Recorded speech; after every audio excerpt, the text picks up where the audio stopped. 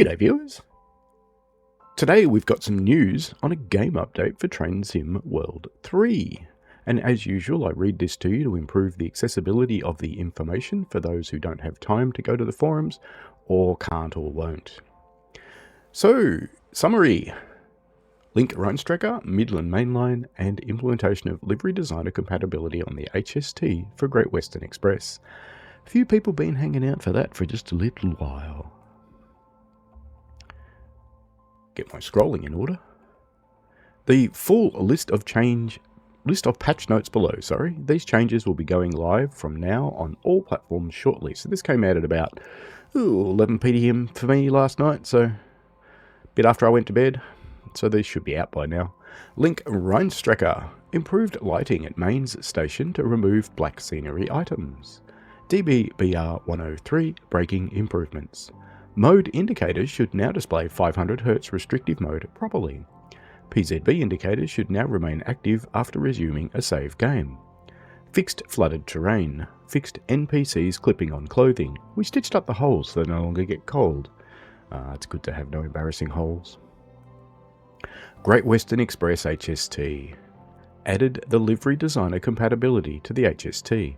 Various fixed issues with HST lights and glowing elements, fixed reflections on the Mark III TS carriage, loco numbers and letters should now display properly down the formation, improved sounds when walking around the cab/consist, fixed an issue causing all numbers and letters to be the same as the leading power car, improved the menu selection process to prevent duplicated entries, disabled substitution of HST and Class 66 in scenarios. This prevents random errors that cause some scenarios to not be completable. Added resume last played image. Midland Mainline. TPWS should now only activate when matching train direction, notably around Mount Sorrel and Nottingham Sea Line.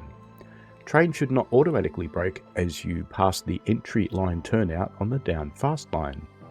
Driving 1C20 past Mount Sorrel with a green signal should not activate TPWS. About time. Re-implemented the 158 driver guard system. Well, that's interesting. HST and Mark III numbering and lettering improvements. A fix was attempted but didn't work as intended with this patch. We will look to address this in a future patch. Can't make your mind up scenario should now be completable. The poster at Leicester Station should now be accessible. Updated PIS at stations to correctly display operating services. Updated PIS font on the Class 158. Updated Class 43 RVM to cut in the DVD service when both the Vigilance and DSD switches are not isolated. Tail lamp should now be present on the rear of all ROG 37 or freight services. Note, railhead treatment trains have not had this applied. Localization fixes and changes. Well, that's it for the patch. A few things that people have been waiting for there. I'd be very happy about it, I imagine. Maybe a few things that you thought should be in but aren't. Chuck a note down in the comments below. Always happy to feed stuff back by the Ambassador channel. Alrighty. We'll switch over to another video in a moment and make one for the roadmap. See you later.